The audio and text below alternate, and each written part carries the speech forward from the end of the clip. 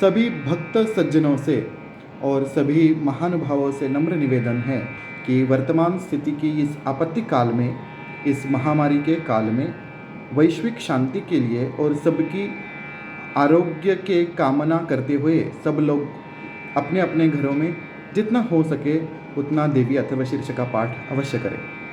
इस प्रवचन में, इस चिंतन में हम ये चिंतन करेंगे ये महामृत्यु क्या होती है, इसका पाठ क्यों करना है, कैसे करना है, वो सब चीज़ें हम आगे देखेंगे। लेकिन फिर भी ये बात मैं कहना चाहता हूँ कि विश्व कल्याण हेतु और आप सभी लोगों के आरोग्य हेतु और सुख और सुरक्षितता हेतु हम ऋणमुक्तेश्वर महादेव पंच देवालय ट्रस्ट एना, तालुका पलसाणा, जिला सूरत, गुजरात की तरफ से हम कल हमारे पंचायतन देवालय में माँ भगवती का जो शक्तिपीठ है वहाँ पे भगवती के सानिध्य में हम इसका पाठ करने वाले हैं। इसका लाइव फेसबुक पे मंदिर के अकाउंट में भी होगा और मेरे पर्सनल अकाउंट में भी होगा। इस सब चीज़ों का आप अवश्य लाभ ले लें। ये ऐसा क्यों बताया आपको कि जिनको पाठ करना नहीं आता या फिर जिनके पास प्राकृत भाषा में उपलब्ध नहीं है, अगर वो श्रवण करते हैं तो उनके लिए वही पाठ करने जैसा ही है, इसलिए हम ये सुविधा उपलब्ध करा रहे हैं। चलिए तो आज के विषय को हम शुरुआत करते हैं। भौमाश्विन्यां महादेवी सन्निधौ जप्त्वा महामृत्युं तरति स महामृत्युं तरति एवं वेद इत्युपनिषत्।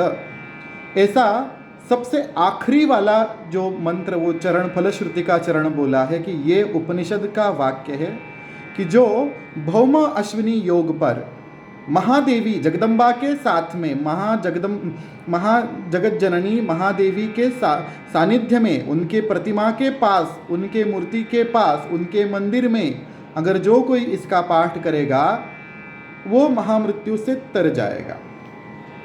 बात तो ठीक है, लेकिन बहुत सारे लोगों ने पूछा कि पंडित जी इसका महामृत्यु का अर्थ क्या होता है, महामृत्यु क्या है? तो ये ज़रूर चिंतन करने वाला प्रश्न रहता है। पहले हम इसका लिटरल मीनिंग यानी शब्दशः अर्थ उसका देखेंगे। इसका मतलब होता है, देखिए, मृत्यु, महामृत्यु। मृत्यु किसे कहते हैं कि जिसमें प्राणी के शरीर का, जीव का अंत हो जाए उसको हम मृत्यु कहते हैं। कि बोलते कि आत्मा उसको छोड़ के चली जाएगी तो वो मृत शरीर होता है, वो पार्थिव शरीर बन जाता है। तो कोई भी प्राणी हो, पशु हो, पक्षी हो, कोई भी हो, मृत्यु की व्याख्या सबके लिए समान ही होती है। तो ये महामृत्यु किसे क्यों कहते हैं?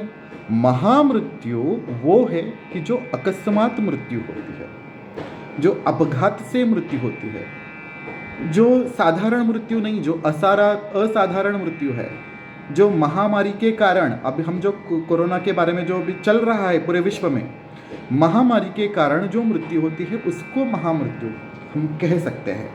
यह महामृत्यु है। यह महामृत्यु की व्याख्या है। जो इसका पाठ करेगा मंगलवार और अश्विनी नक्षत्र के योग पर, वो महामृत्यु से तर जाएगा। ये महामृत्यु की व्याख्या की गई है। अब ये हुई व्याख्या महामृत्यु की। पुराणों में महामृत्यु किसे कहा गया है, हम उसका भी चिंतन करेंगे। देखिए, हम हमारे पूरे संप्रदाय में या फिर पूरे हिंदू धर्म में भगवान महामृत्युंजय की उपासना, महामृत्युंजय मंत्र, मार्कंडेय ऋषि की उपासना वगैरह वगैरह, वो सब बहुत प्रसिद्ध है, सब लोग जानते हैं उसके बारे में।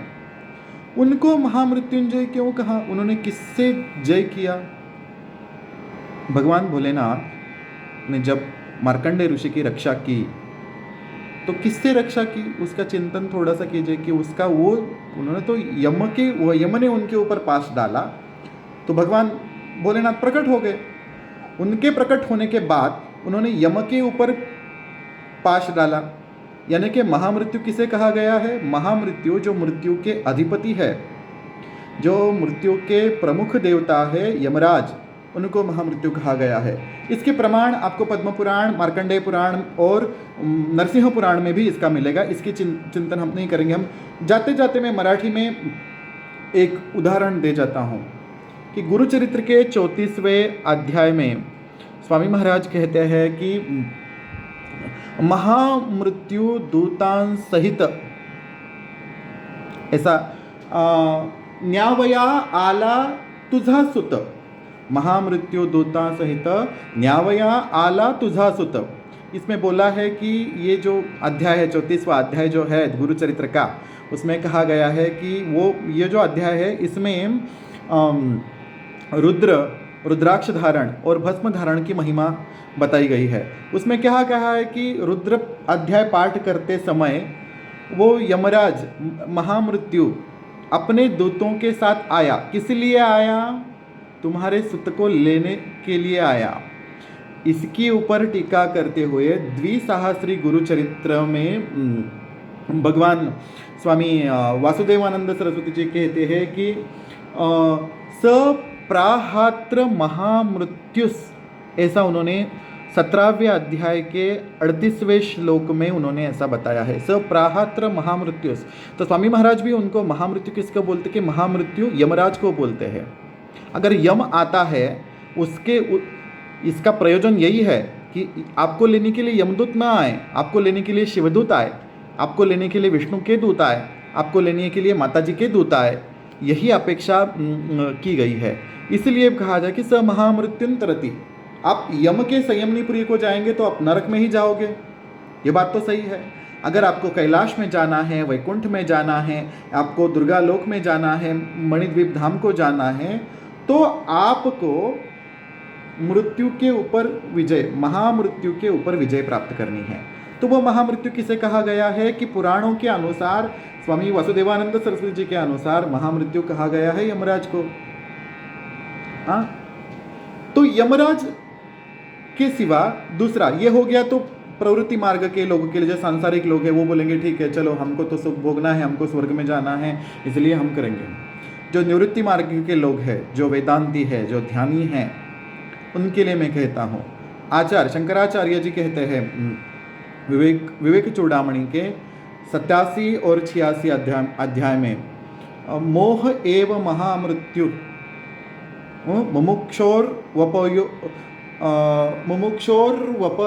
वपरादिषु, मुमुक्षु एवं अपराधी लोगों के लिए महामृत्यु क्या है? मोह ही है। मोह, लोभ जो है उसको ही महामृत्यु कहा गया है। जिसने इसके ऊपर विजय प्राप्त की वही विष्णु के परम धाम को जाएगा। ऐसा आचार्य आगे के श्लोक में कहते हैं कि यन जित्वा मुनयो यांतिर, विष्णु के पद को वो प्राप्त हो जाएंगे। विष्णु का कौन सा पद है? यम प्राप्य निवर्तन्ते तद्धाम परमम मम। भगवान कहते हैं 8वें अध्याय में, गीता के 8वें अध्याय में भगवान कहते हैं कि जिसको प्राप्त करने के बाद मनुष्य वापिस नहीं आता, जीव वापिस नहीं आता, वही मेरा परम धाम है। नहीं तो क्षीणे पुण्य मर्त्य लोके विशन्ति, पुण्य खत्म होने के बाद फिर नीचे आ जाएगा। ये जो है, जब जिस मोह को जीतने के बाद, तो ये सीधा यहाँ पे संबंध आता है कि मोह अगर आता है तो मोह किसको कहा गया है? दुर्गा सप्तशती की साधना किसके लिए की गई है? ये मोह कौन है? इसका प्रतिपादन कैसा किया गया है? भगवान वेदव्यास देवी भागवत में कहते हैं कि चित्रमें तच्च संसारे भ्रममोहयुतं जगत। 5वें स्कंद में महिषासुर का वध करते समय एक ही मंत्र में, एक ही लाइन में व्यास जी कहते हैं कि ये महिषासुर कौन है? महिषासुर का परिचय यही है। क्यों है? भगवान विष्णु उसको जीत नहीं सकते थे, भगवान महादेव उनको जीत नहीं सकते थे। नहीं महाराज जी, आपने तो वो वरदान मांगा था उसने कि वो स्त्री के हाथ से ही मरेगा। हाँ ठीक है, वो तो बात ठीक है, चलो वो मान लिया। लेकिन अगर महिषासुर को आप देखेंगे तो वो महिषासुर कौन है? अंदर, आपके अंदर चित्र में तच्च संसारे ब्रह्ममोहयुतं जगत। वो बोलते हैं ब्रह्म विष्णु शिवादिशु जो है समर्था, जो पूरे सृष्टि पालन और संहार में समर्थ है, फिर भी ये भ्रम और मोह के आगे वो तीनों भी शरणागत हो गए हैं।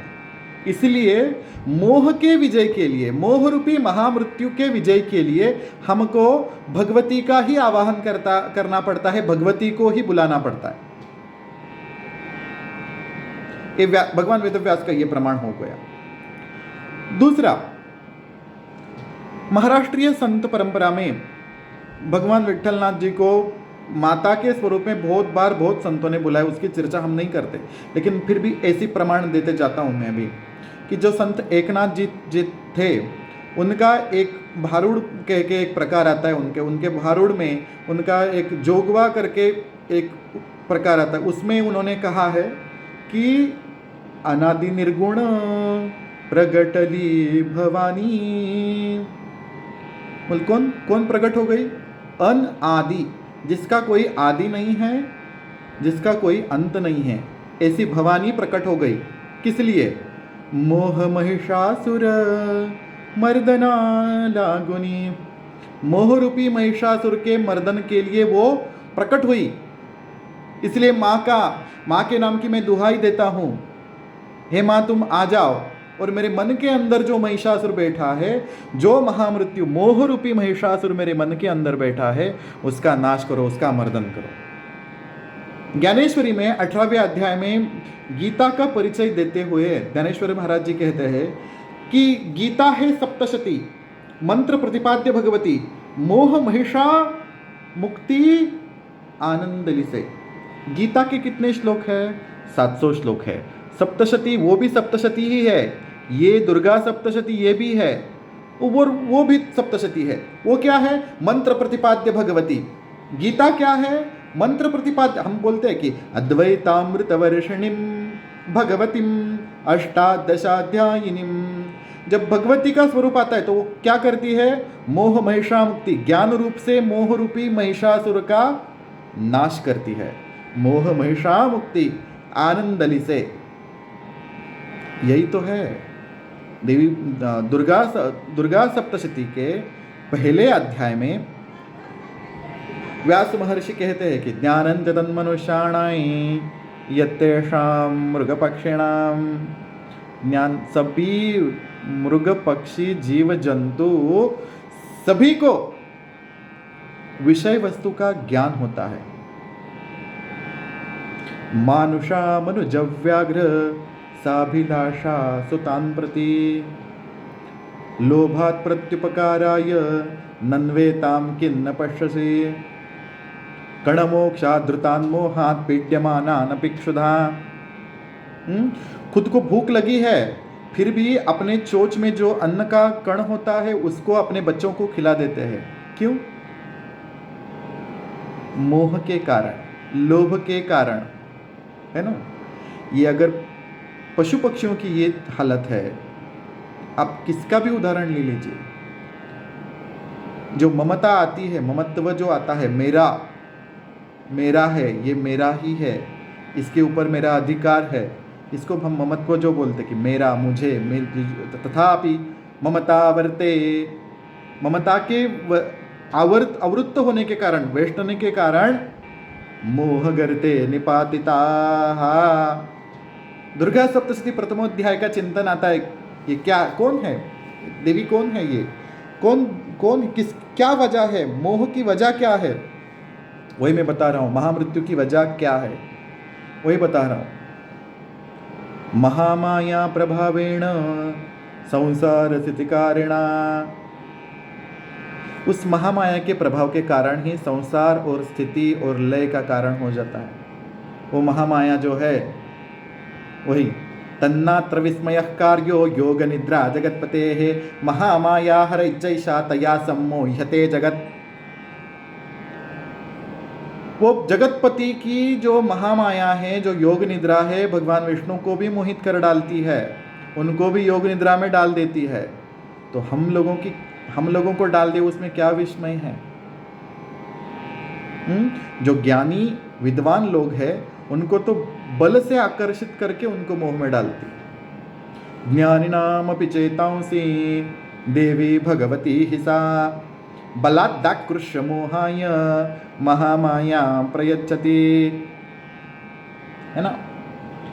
ये इसका कारण ही यही है कि भ्रम मोह युतन जगत चित्र में तच्च संसारी, भगवान वेदव्यास देवी भागवत के 5वें स्कंद में आप देख सकते हैं, वहाँ पे महिषासुर का वर्णन करते हुए उन्होंने सांकेतिक भाषा में यही बोला है कि महिषासुर कौन है, इसके सामने ये इंद्रादि देवता ब्रह्मा विष्णु महेश क्यों झुक गए। उसका कारण ये कि महिषासुर मोह है, उसका लोभ है, ब्रह्मत्व का मोह है, विष्णुत्व का मोह है, रुद्रत्व का भी जो मोह है, उसके कारण वो जो मोह, जो भी मोह रहेगा वो उसके सामने, ये महिषासुर के सामने ही, वो महामृत्यु के सामने सब लोग जो है शरणागत हो गए। इसलिए माँ जगदम्बा को, माँ आदिशक्ति को प्रकट होना पड़ा, क्योंकि वही तो महामाया है ना, वही है। संसार में बंधन में डालने वाली भी वही है और उसमें से मुक्त करने वाली भी वही है। इसलिए देवी पाठ का फलश्रुति, इसको दुर्गा सप्तशती के पारायण में समाविष्ट करने का, समाहित करने का हेतु यही है, क्योंकि फलश्रुति ही इसकी यही है, इसका विनियोग ही यही है कि आप महामृत्यु से यानी कि मोह से तर जाइए। विनियोग सप्तशती का पाठ, नवारण मंत्र का जप जो है, उसका हेतु यही है कि जो भी मोह है, जो भी लोभ है, जो विकार मेरे अंदर है, हे माँ भगवती आप आ जाओ और मेरे मोह को यहाँ इसमें से संहार करके लेके जाओ। इसलिए कहा गया है, क्या है कि सा विद्या परमा मुक्ते है हेतुभूता सनातनी, संसार बंध हेतुश्च सैव सर्वेश्वरेश्वरी, कि वही विद्या यानी कि वह ज्ञान स्वरूपिणी या फिर वो जो मंत्र है, वही जो है परमा मुक्ते है हेतुभूता सनातनी, वो हेतुभूत, वो कारणभूत वही है और वो सनातनी भी है। सनातनी का मतलब ये है जो शाश्वत है, जो इटर्नल है, जिसको कोई मिटा नहीं सकता। इसलिए, और संसार बंध हेतुश्च सा सर्वेश्वरेश्वरी, वही सर्वेश्वरी संसार के बंध का कारण है। इसलिए कहा गया है कि भवमाश्विन्याम महादेवी सन्निधौ वा जप्वा महामृत्युन तरती, ये मोह रूपी महामृत्यु से अगर तरना है, ये कोरोना रूपी महामृत्यु से, ये महामारी से अगर तरना है ना, अकस्मात मृत्यु, असाधारण मृत्यु, महामारी युक्त मृत्यु, उससे अगर बचना है तो माँ भगवती के इस देवी अथर्वशीर्ष का पाठ करना चाहिए। यही इसका प्रयोजन है। बड़े संक्षेप से इसका हमने चिंतन किया, हम इसके ऊपर बहुत चिंतन कर सकते हैं, लेकिन फिर भी। और अभी दूसरा प्रश्न भी आता है कि ये देवी अथर्वशीर्ष जो है, उसके बारे में बहुत सारे लोगों ने प्रश्न किया था कि ये वैदिक है क्या, उसके बाद में ये कहाँ से आया, किधर से, मतलब ये अचानक से एकदम से इसका कहाँ पे आया। तो हम इसका थोड़ा सा मैं प्रमाण देना चाहता हूँ। देखिए, वाराणसी के कुछ विद्वान हैं, उनके हस्तलिखितों के साथ में गीता प्रेस गोरखपुर की किताब आती है दुर्गा सप्तशती। ये जो है, ये देखिए, दुर्गा गीता प्रेस गोरखपुर, ये दुर्गा सप्तशती, कौन सी भी किताब लीजिए, इसमें उन्होंने समाहित किया है ये देवी अथर्वशीर्ष को। और उसके पश्चात चेन्नई की एक, तमिलनाडु की एक बहुत बड़ी लाइब्रेरी है, उसको अडायर लाइब्रेरी कहते हैं, उन्होंने शाक्तोपनिषद करके एक पुस्तक प्रकाशित की है। उसमें भी दिव्योपनिषद करके इसको समाहित किया गया है। उससे मुंबई की एक बहुत पुरानी प्रकाशन संस्था है, गुजराती प्रिंटिंग प्रेस करके, उस संस्था ने भी 223 उपनिषदों की लिस्ट प्रकाशित की है। उसमें देवी उपनिषद का उन्होंने समाहित किया है, उन्होंने देवी उपनिषद को। लेकिन उन्होंने ऐसा बोला है कि ये सामवेद में आता है। और एक देवी उपनिषद उन्होंने बोला है कि शिवार्चन रहस्यम या फिर शिव रहस्यम में भी एक देवी उपनिषद आता है, लेकिन वो अनुपलब्ध है, अभी वो नहीं मिलता। ये उनका मत है। एक मौक्तिक उपनिषद करके आता है, जिसमें बोलते हैं कि राम जी और हनुमान जी का संवाद है। वहाँ पे हनुमान जी पूछते हैं कि कौन कौन से उपनिषद है प्रभु, हमको बताइए। और तो भगवान प्रभु रामचंद्र जी, उन्होंने 108 उपनिषदों की लिस्ट दी है, उसमें देवी उपनिषद कहा गया है। और उसमें स्पष्ट रूप से कहा गया है कि ये शाक्तो उपनिषद है और ये अथर्ववेद के शिरोभाग में ये आता है, अंतिम भाग में अथर्ववेद के ये आता है। और एक चीज़ ये थी, मुक्तिकोपनिषद के बाद में ये उपनिषद संग्रह करके निर्णय सार प्रेस ने भी इसको प्रकाशित किया था। ये सब चीज़ें थी। इसका प्राचीनत्व मैं बताता हूँ कि भगवत्पाद शंकराचार्य जी के पहले, आदि शंकराचार्य के पहले श्री हंस जी ने गीता के ऊपर एक टीका लिखी थी। उस टीका में बहुत सारे आपको प्रमाण मिलेंगे। उस प्रमाणों में उन्होंने स्पष्ट रूप से देवी अथर्वशीर्ष के प्रमाण दिए हैं, इसलिए इसकी प्राचीनता हम देख सकते हैं कि ये कितना प्राचीन है। देवी उपनिषद जो है, देवी अथर्वशीर्ष जो भी बोलते हैं, वो उसमें ये सब चीज़ें आ जाती हैं। वर्तमान काल में अब ये प्रश्न आता है कि देवी उपनिषद की इतनी सारी प्रेस वाले हैं कि अथर्वण शाखा के पाठ के बारे में अभी कुछ कहा नहीं जा सकता, क्योंकि उस शाखा की परंपरा में थोड़ा सा भेद और डिवाइडेशन हो चुका है उसके, इसीलिए उसे हेतु हम क्या करेंगे। देखिए, आपकी जो परंपरा है उसको आप फॉलो कीजिए, उसमें कोई यथा संप्रदाय व्यवस्था उसको हमको करना चाहिए। मैं कहता हूँ कि पंडित राम नारायण पांडे जी जो वाराणसी से है शास्त्री, और अनंत शास्त्री यज्ञेश्वर धुपकर करके, वो भी उत्तर भारत के ही विद्वान हैं। उन दोनों ने जो गीता प्रेस गोरखपुर का जो देवी अथर्वशीर्ष आता है उसके ऊपर बहुत बड़ी टीका लिखी है, और उन्होंने उस पाठ को प्रामाणिक और शुद्ध माना है। और इसीलिए गीता प्रेस गोरखपुर ने गोरखपुर के मतलब जो संशोधन कार्य चलता है उनका, उन्होंने उस संशोधन में बहुत परिश्रम करने के बाद ही इसको छापा है। वैसे ज़्यादा फर्क नहीं पड़ता दोनों में से, फिर भी मैं कहता हूँ कि मेरी जो गुरु माँ हैं विद्यावाचस्पति सौभाग्यवती रजनी जी पत्की, उन्होंने भी इसके ऊपर मराठी में भाष्य लिखा है, और उस भाष्य को स्वामी गोविंद देव गिरी यानी आचार्य किशोर जी व्यास की प्रस्तावना है, तो आचार्य श्री ने भी उसको प्रमाणित और पुरस्कृत माना है। तो हम पाठ करें तो अगर आपके पास गीता प्रेस गोरखपुर की किताब है तो वो उससे आप पाठ कर सकते हैं। दुर्गा सप्तशती, देवी पाठ और शक्ति अंक, तीनों उनकी किताबों में देवी अथर्वशीर्ष का प्रकाशन उन्होंने किया है। दूसरी एक बात मैं आपको कहना चाहता था कि हाँ, हम इसका एक करते कि द्रविड़ पाठ में अलग आता है, जो है निर्णय सागर प्रेस का पाठ है वो अलग से आता है, कि जो केशव भिकाजी ढवळेकर मुंबई की प्रकाशन संस्था है उन्होंने भी वही पाठ फॉलो किया है, और वही वेदवाणी प्रकाशन जो है उन्होंने भी वही पाठ स्वीकार किया है, और बहुत से पाठशाला की परंपराओं में उसमें वही आता है। हमको उससे कुछ चिंता नहीं, आपको जो ये है उससे आप कीजिए, वो अलग सी बात है। हमको देखना है इसकी वैदिकता के प्रमाण देखना है। माँ की उपासना जो होती है वो तंत्र मंत्र वाली उपासना होते हैं, फिर भी इसमें वैदिकता का प्रमाण उसमें दिया गया है। ऋग्वेद के 10वें मंडल के 125वें सूक्त का हम सब लोग पाठ करते हैं, सब लोग को ज्ञात है वो, कि जो अम्भृणी सूक्त कहते हैं, हम उसको देवी सूक्त करते, कि अम्भृण ऋषि की कन्या जो वाघ जो थी, उनको जो अतीन्द्रिय अवस्था में जो दर्शन हुए उसका ही वो प्रतिपादन उसमें क्या है कि अहम रुद्रे वीरवसो वेशराम्यहम आदित्यैरुत विश्वदे